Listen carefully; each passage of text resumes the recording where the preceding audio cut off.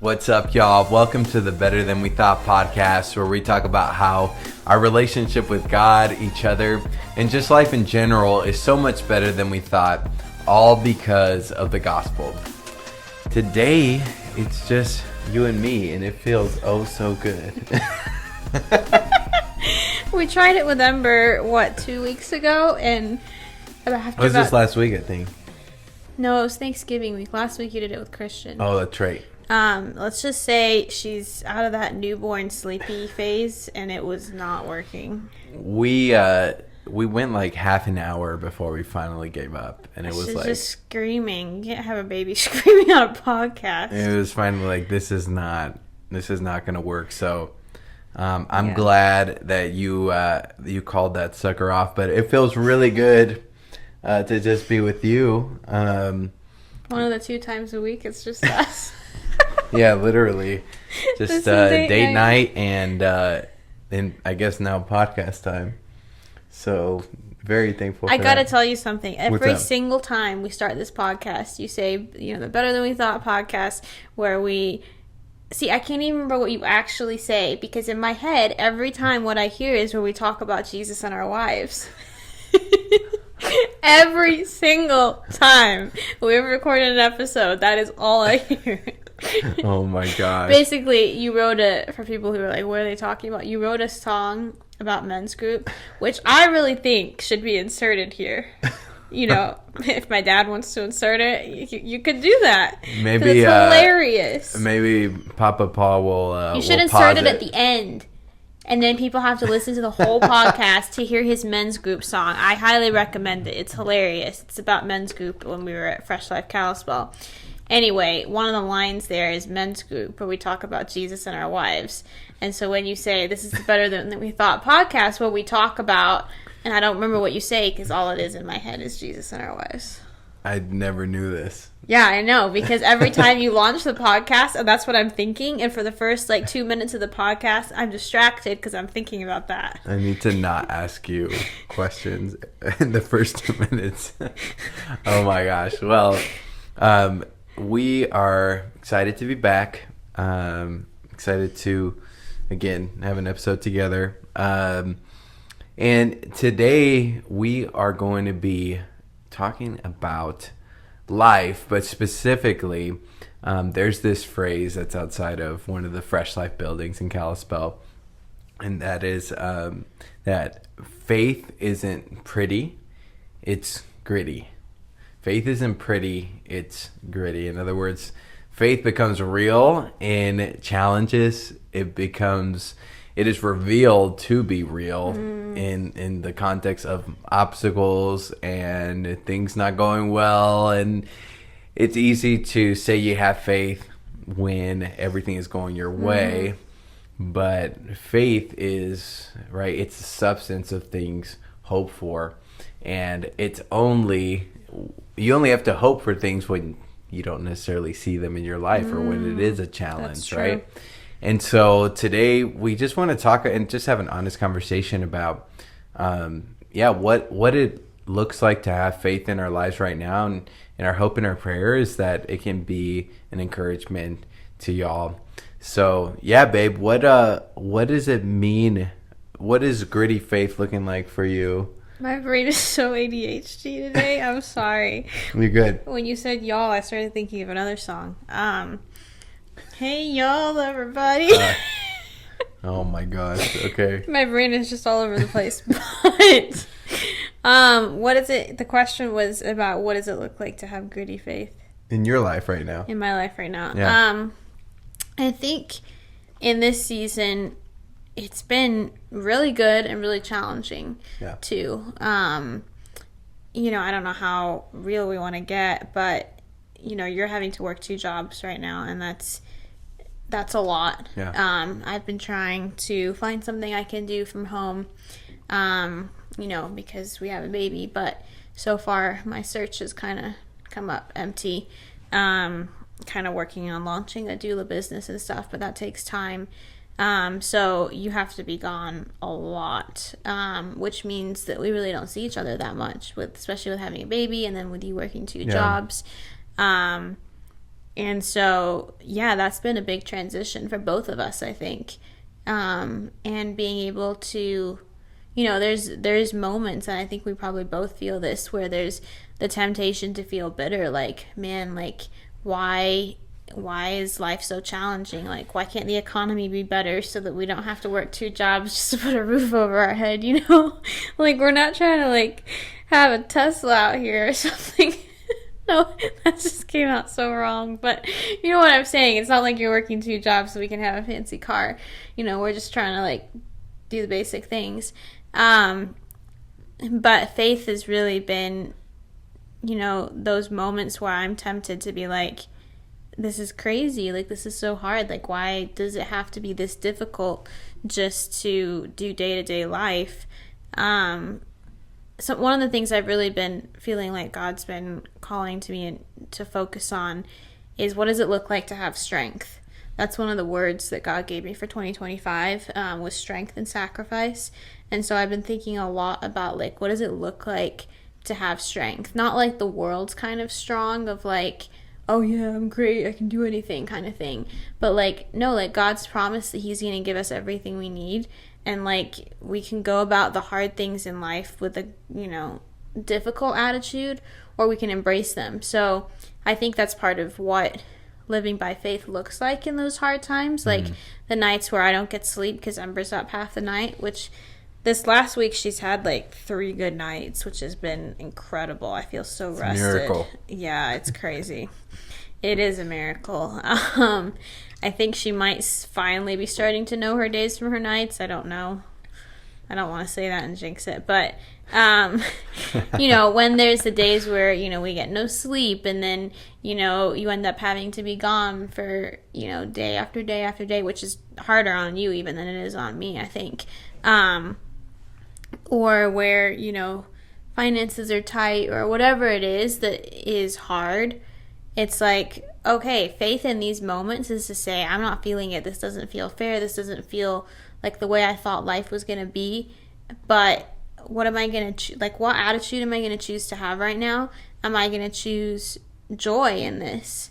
Am I going to choose to say, like, look at all the beautiful things God has given me? I have to stop and remind myself of that a lot of times, when it's like, when I'm looking at all the things that I want to have better, or like things where I want us to grow in our lives, it's like, just stop for a minute and look at all the beautiful things God has given us, and choose to enjoy those moments. When it's like, man, I am so tired.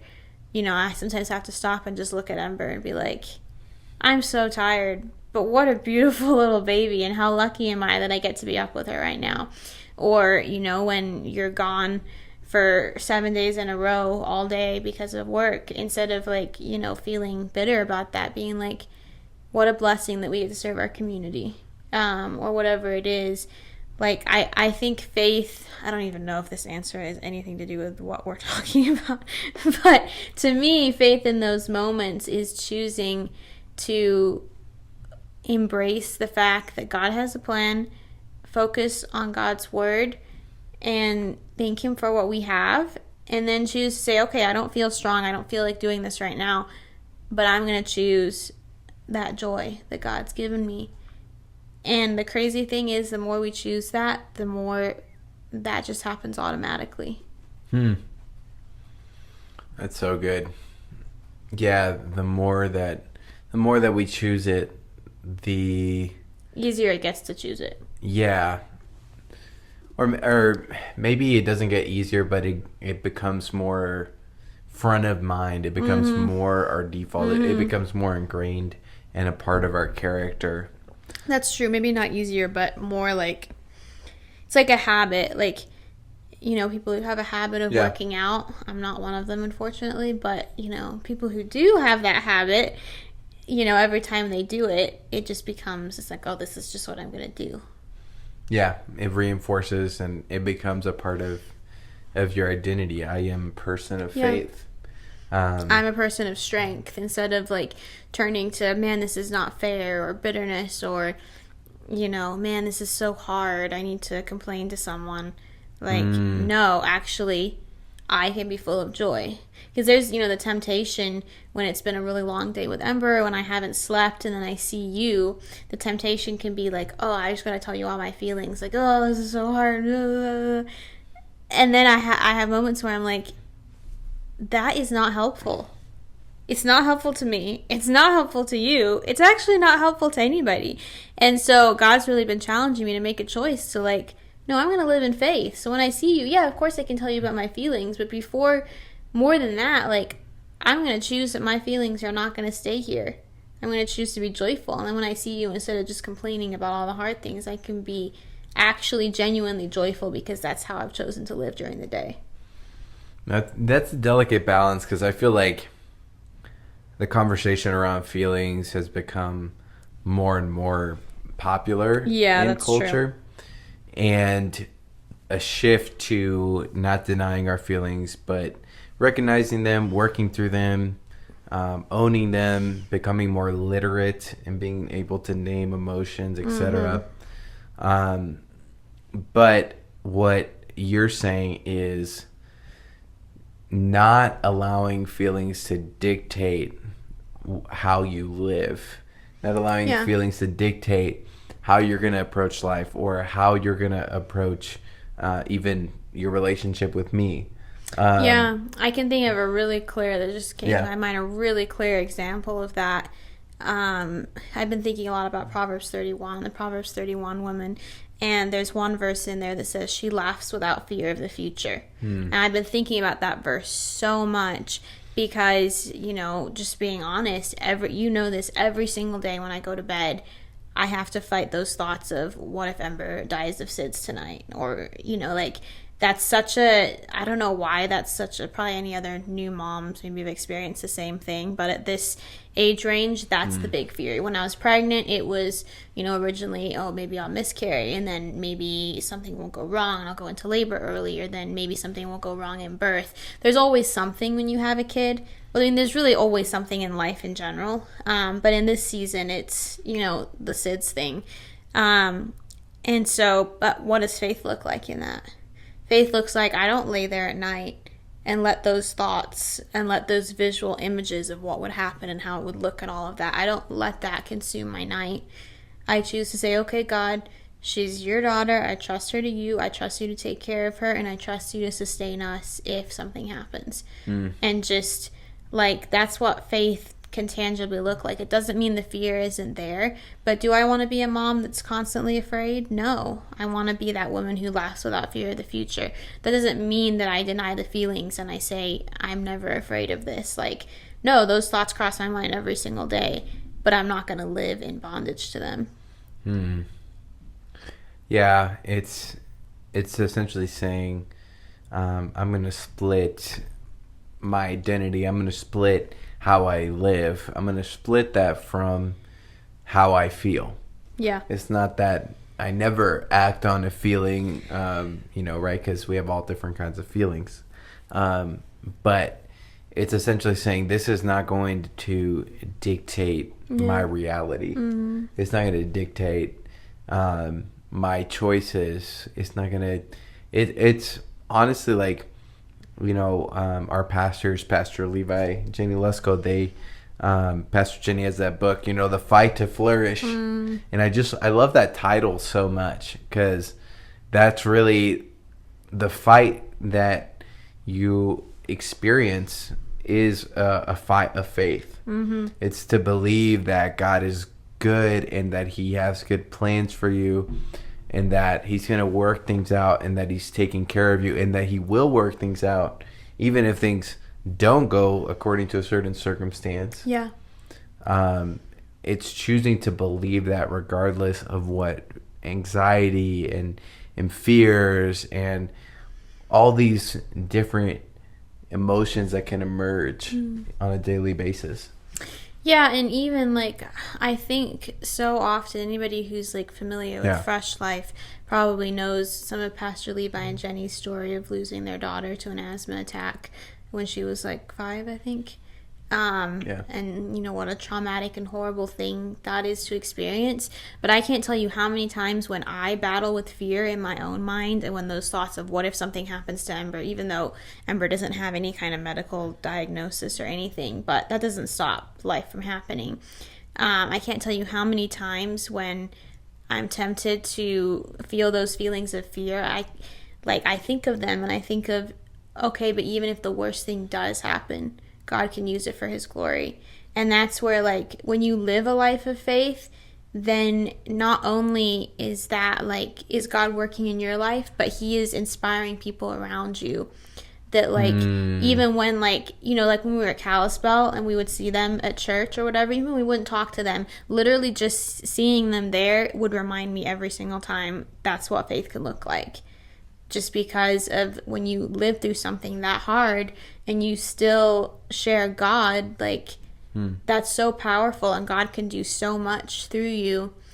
I was watching this morning Passion City's Christmas program for women, and it was so cool. I haven't told you about this because it was just this morning, but you know Catherine Wolfe, who had the brain bleed when she was 26. She's like, her face is like half paralyzed. She does Hope Heals. So she was the speaker for their Christmas program. And there was a girl who's a year younger than me who went up there and shared her testimony. And she had that exact same brain bleed this year. And the exact same one that Catherine Wolfe had at the exact same age that Catherine Wolfe was when she had hers. And the crazy thing is that she had heard of Catherine Wolfe, and back when Catherine Wolfe had her brain bleed, this girl was like 10 years old, and she was praying for Catherine Wolfe to be okay. Now they end up going to the same church. This girl doesn't know anything's wrong with her. She has the same brain bleed, almost dies, and Catherine Wolfe is there to encourage her through her journey. Like, how crazy is that? But that's because, like, not only is it powerful in your own life when you choose faith in something hard, like, you don't know how God's going to use that in somebody else's life. And so that was just, both of those, you know, stories really inspire me when it comes to looking at people who have chosen to live by faith. It's that, like, that inspires us to live by faith. Yeah, I think faith is so much, it's choosing to live in a different reality than what your senses is telling you is reality. It's choosing to say, you know, God has spoken this over me. God has promised that he's preparing a place for me, that there is the promise of heaven. There's a promise that he is going to take care of me regardless of what happens here and now. And so I'm going to choose to live in light of that and not in light of what I'm currently facing, whether it's something as serious as a brain bleed or a child's death, or whether it's, man, you know, shoot, the finances aren't adding up. Yeah, or I got 3 hours of sleep last night. I got 3 hours of sleep, or, you know, the daily things that I think people can relate, that, you know, there's things that happen, and sometimes it's a lot of little things that add up, you know, over time, where it can start feeling just, you know, overwhelming and unbearable. And that's where I think for me... Yeah, I was going to ask you, I've been talking a lot, but what does it look like for you in this season? Yeah, I think for me, it's holding on to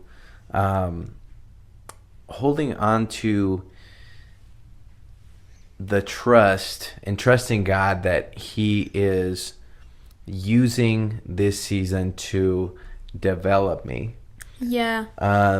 So in my life right now, things are very uncomfortable. There, as a mentor of mine reminded me, in this year, we've been through major overhauls in 4 of what might be the biggest 4 parts of life, which is, you know, obviously marriage.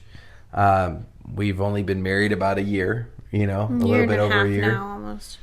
Not even a year and a half, like a year and 3 months. You know what I'm saying? Like, so marriage, a child, so becoming parents, total change of like everything. the big identity there and everything else. Change of schedule. Change of career. Change of, often like just being in a new region, meaning new friends, and just like so many different things in our lives have shifted. And there is an inherent stress with one of those, but with all of them together, it really feels like, it's like, man, I wouldn't change how things are, but man, it's uncomfortable. On a pretty much a daily basis. Oh, yeah. It's uncomfortable. It's oh wow, I haven't faced this situation before. Yeah. Oh wow, I haven't lived a winter in Montana, even on a daily basis of like, oh man, I miss the sunshine, or like on a daily basis of, and I haven't necessarily faced that in this way before, or oh shoot, the baby did this, or oh shoot, I haven't been a husband that long, and now I am figuring out what it means to prioritize you when it's like, okay, we need to put food on the table kind of thing. And so I think all of those things have been I sense it, that it's helping me. It's making things that used to be hard, they're not hard for me anymore. Yeah. It's just, we talked about it, like, I do not like to be inconvenienced. And I just don't. If I can have things convenient, I'd much rather it be that way. Life can already be challenging. Why make it harder? But being called into pastoral ministry, being called into, on an even more important level, like to be an intentional father and an intentional husband, like, very inconvenient. Absolutely. And so, like, every single day there's another opportunity. Like, things hardly go the way that I plan them, right? Yeah. And so choosing to and learning to hold things with an open hand. And so, long story short, uncomfortable every single day, trusting that, what, God is doing something with this. Yeah. This is not wasted, but it's like, Galatians 6:9, if I sow good seed, that I will reap if I do not give up. And that, in our family, we'll have a healthy family, and in ministry, that people will come to know the Lord. Yeah. In my own life, that I'm going to be so much happier living God's way than living in the temporary, the fleeting things of the world, or even just how the world promises, happiness if you, just pretty much disconnect with life and kind of zone out and choose to prioritize your own pleasure rather than the things that matter most, like your family. Yeah. So, yeah, I think that's what faith looks like for me right now. It's just like trusting that my work is not in vain. Yeah, that's really good, babe. Because it's true. I was thinking about this the other day. I was washing dishes, and I was like, man, God, why does life have to be so hard? I mean, I know that sounds kind of dramatic. Like, it's not like some terrible thing has happened. But, I mean, we've moved like 4 times in a year. We've had like 2 different jobs. We've had a baby. We've left, a denomination. Regardless of the reasons, it's hard for us. Yeah. It might not be hard for someone else. Exactly. But it is for us. Yeah, it's been not hard in the same way as like when you lose a loved one kind of thing. It's not like that kind of like so much grief necessarily hard, because a lot of the hard has come with really good things. Great opportunities. But it's still difficult. Yeah. Like, it's not easy. But then God was reminding me, like, where do you want to be in 10, 20 years? Sure. Like, right now, what would have been easy? For us to get married and to live our life for 10 years, just me and you, just happily at a job that maybe we don't feel that much calling to, that isn't really true to what we believe, but that pays us good money, and just live our life. Just be chill. Yeah. Yeah, that would be easy. Probably be more fun in some ways. But in 10 years time or 20 years time, would it get us to where God has called us? Would we be reaching our full potential? Would we be living out our calling? No. No, absolutely not. Like, to get where we believe God has called us to be, we have to take some really uncomfortable steps. And that means, that meant moving, that meant leaving a job, that meant, having a baby, some of these different things. Not to say that we didn't want to do some of those things, but there's also moments where those things are hard. Absolutely. But if you're going to live up to your full potential and your full purpose, it's not going to be a smooth road. Like, you don't get to where you want to be by just sailing down this smooth road. And as a Christian, like, in the world, I think it's like, okay, we'll just work super hard.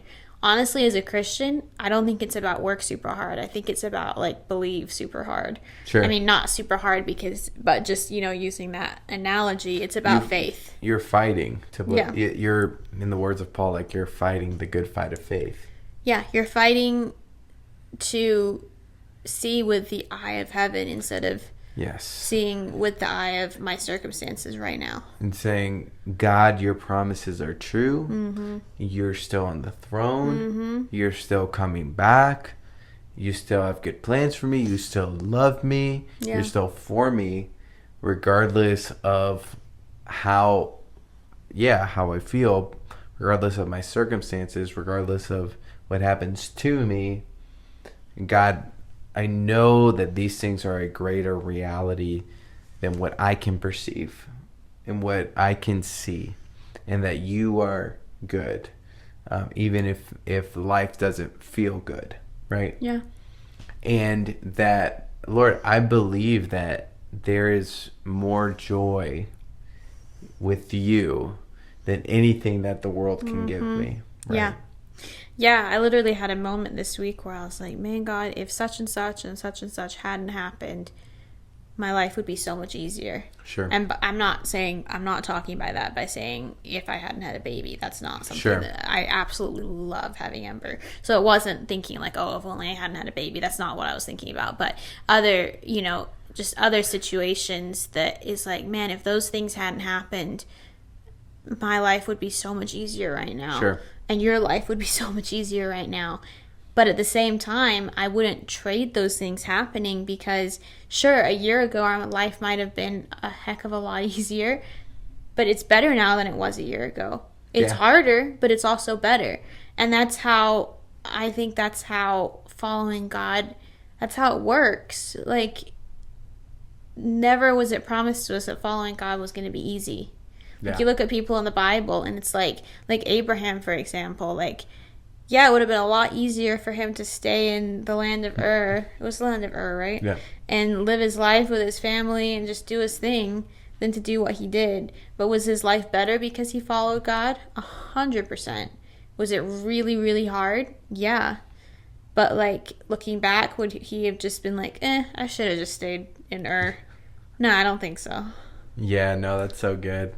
Yeah, it reminds me of Hebrews 11 where, like, there's so many people that died without seeing the promise. And I asked a friend recently, like, shoot, would your faith be rocked if I died of a car accident today? And that's what I pretty much asked him. Dang. Would you, like, because we were having this conversation of, like, where about he was feeling like his circumstances were telling him that God isn't pleased with him because his circumstances aren't working out. And what I was saying is your faith based on your circumstances? Well, that's not actual faith. Of course, it's not saying that it wouldn't be hard, but would your belief in God, would your trust in God be wrecked because you lost someone? Well, that reminds me of our friends in Colorado, and their story is public, so I'm sure they wouldn't mind us sharing, but when he had a heart attack and his wife felt like she realized in that moment that her faith was in her husband, because she was like, if he had died, he almost did die, it was a miracle that he didn't, and she realized if he had died, my faith would have died with him because I was just taking on his faith. I didn't have my own faith. And that, we can do that so often. I think that kind of is what you're talking about. Yeah, and that's that's the gritty part of faith. That's where faith is. It is a fight. It is, and sometimes it's easier. There's definitely been seasons where it's like, man, things are going really well. I'm just so thankful, and that's amazing. And there's other seasons where it's like, no, that this. It's not as easy to live out, and that's where I think that's the misconception that people can have, is that faith is this, for lack of a better word, it's this pretty thing. It's just like, okay, I'm blessed, brother, and if I believe in God, things are going to work out in my life, and this person's not going to die, and even if like things are going to work out in my life. If I tithe, if I do this, God will give me this. That's like treating God like a vending machine. I'm sorry, but that's not how it works. Like, that's not even how a relationship works. No. That's not a relationship. That's a transaction.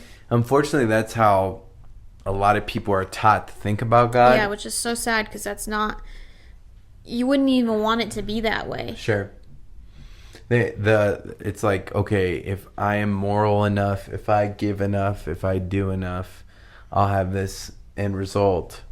And the truth is that, like, that's not even the data that we have of people who have followed God in the past in the scriptures.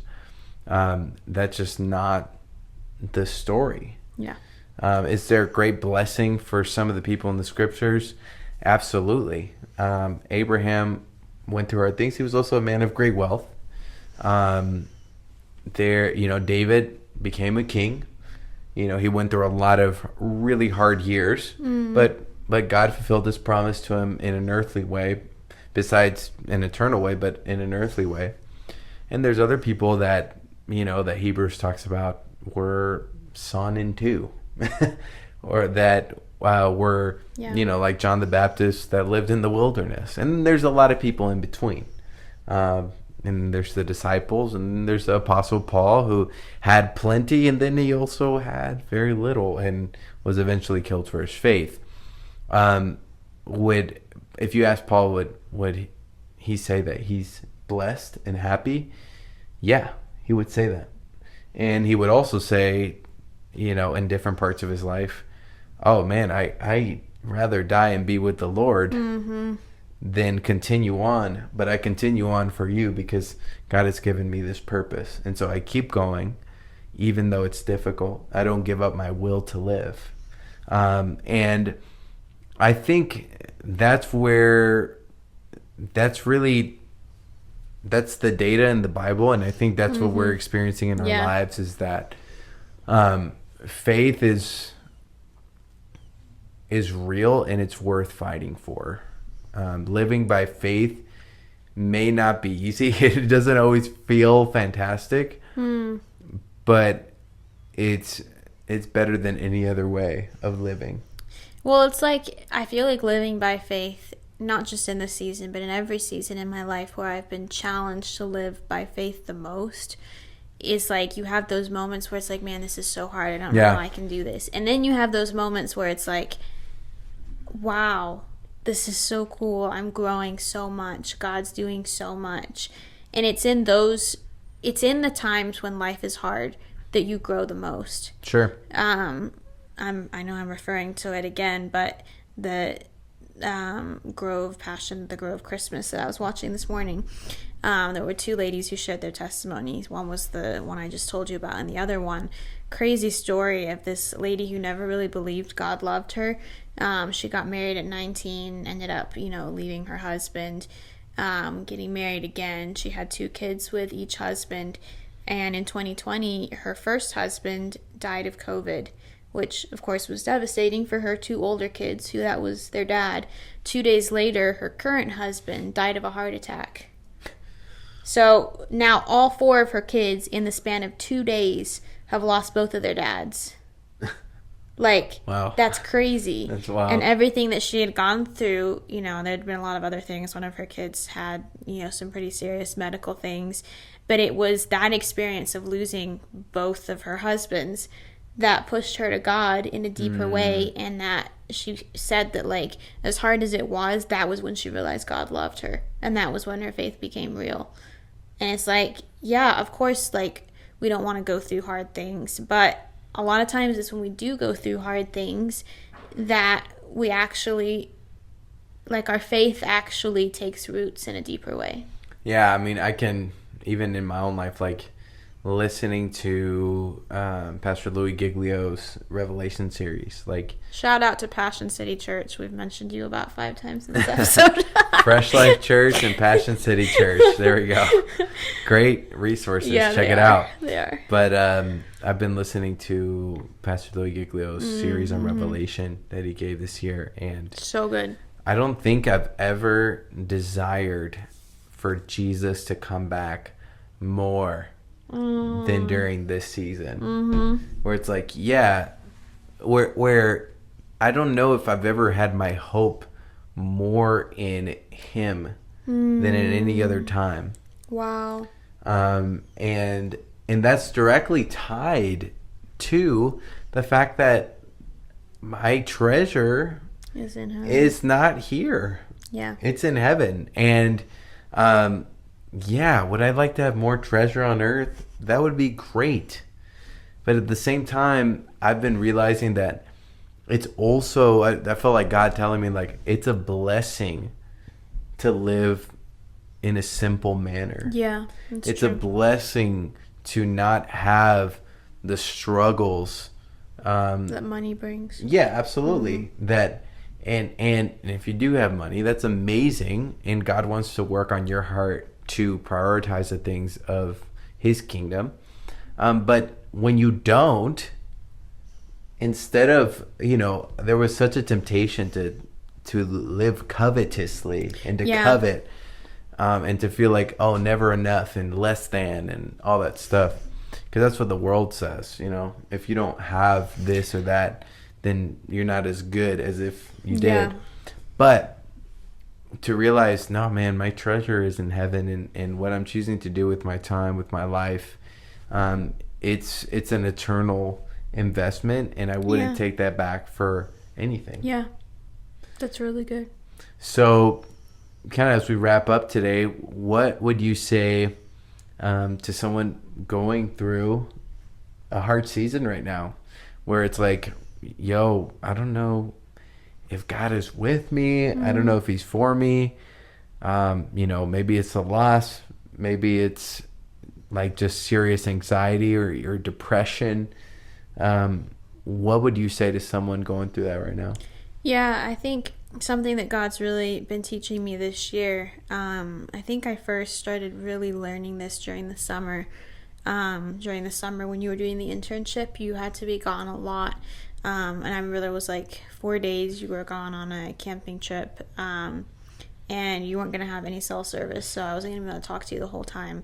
And I was pretty pregnant, not like about to give birth, otherwise obviously I wouldn't have done that. But and I just realized in that moment, like, okay, for the next 4 days I can just be sad that I can't talk to you and I can't be with you. And I'm in this, place where, like, I don't really have any friends yet because we just moved here. And, like, I can be in a bad mood about this. Or I can look at this as an opportunity. How can I grow in this time? How can my perspective change? And I think in all the hard stuff or just the changes, I don't even know if hard is the right word, more like stretching. I feel like this year has stretched us so much.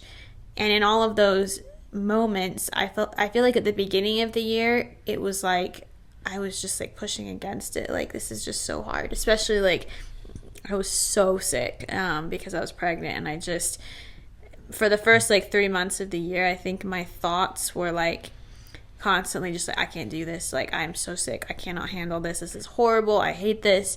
Like, obviously I was thankful to be pregnant, but like the day-to-day life was just miserable. And somewhere in that period I started realizing, like, I need to change my mindset. I need to think differently. And I think that just continued to grow all throughout the year. I mean, at that point I had no idea the rest of the year was gonna just keep being something different, challenging all throughout the year.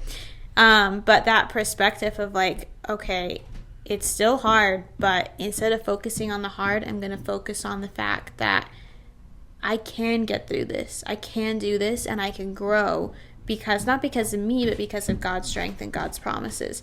They're just as true as they ever have been, and they're enough for me. So when I feel like, at the beginning of the year, it was like, I don't think I can make it another day feeling this sick. Okay, that's my feelings. Now I'm going to go to the truth. I can. God's promised that I can. So I don't feel like it, but I'm going to choose that. Yeah. And that continued through every season of then, like, moving, and then, you having to be gone, and then moving again, and then having a baby and not having much sleep. And now I feel like our sleep's starting to get a little more regulated, but now you're having to, work a lot of hours, and like in all of those different seasons when I feel like I can't handle this. Yeah. It's a choice to say, I'm going to choose by faith, because of God's promises, to take a hold of his strength. I don't feel it. And it makes you stronger. It gets easier to say, or maybe not easier, but like we were saying at the beginning, it takes me less time to go from that point of I can't do this to by faith I can. Yeah. At first it's like sometimes it can take like weeks, like I can't.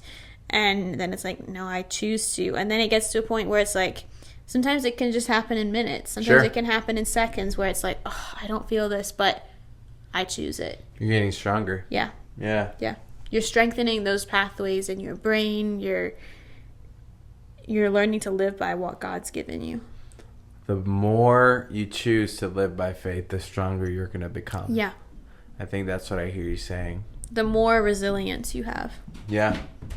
And the only thing I'd add to that would be to encourage all of us just to set our minds on hope, to set our minds on not just what we hope will happen in this life, but to remember that we are not the center of this story of earth. Like, Jesus is the center of the universe. And at the end of the day, what matters most is to worship him, to bring him glory.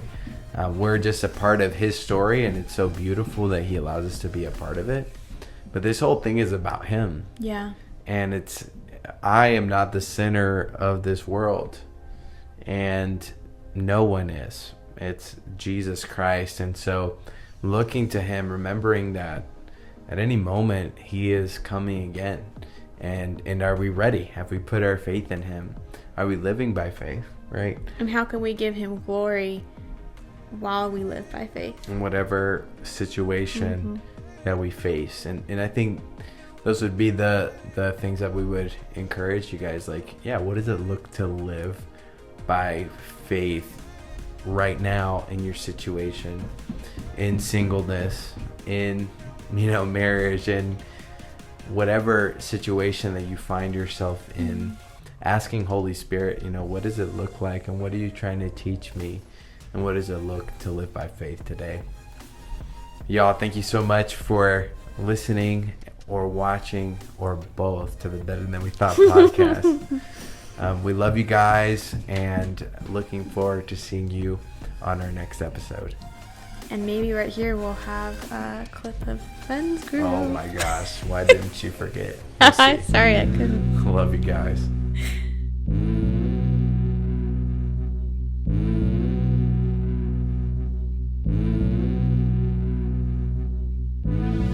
It's 6:30 on a Monday.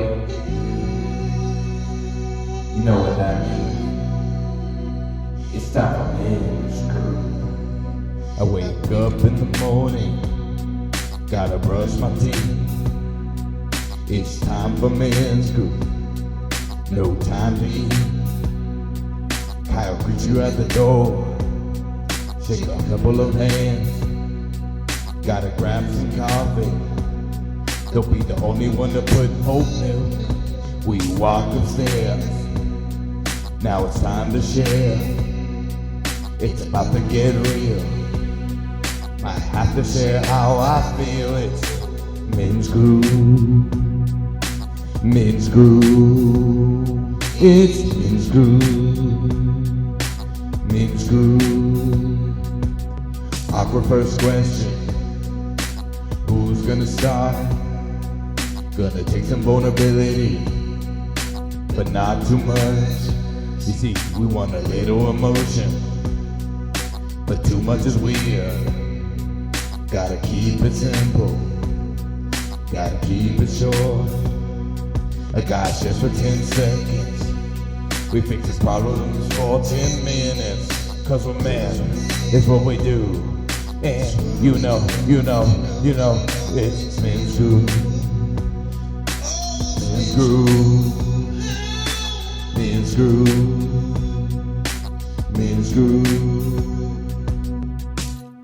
Men's group, where we talk about Jesus and our wives.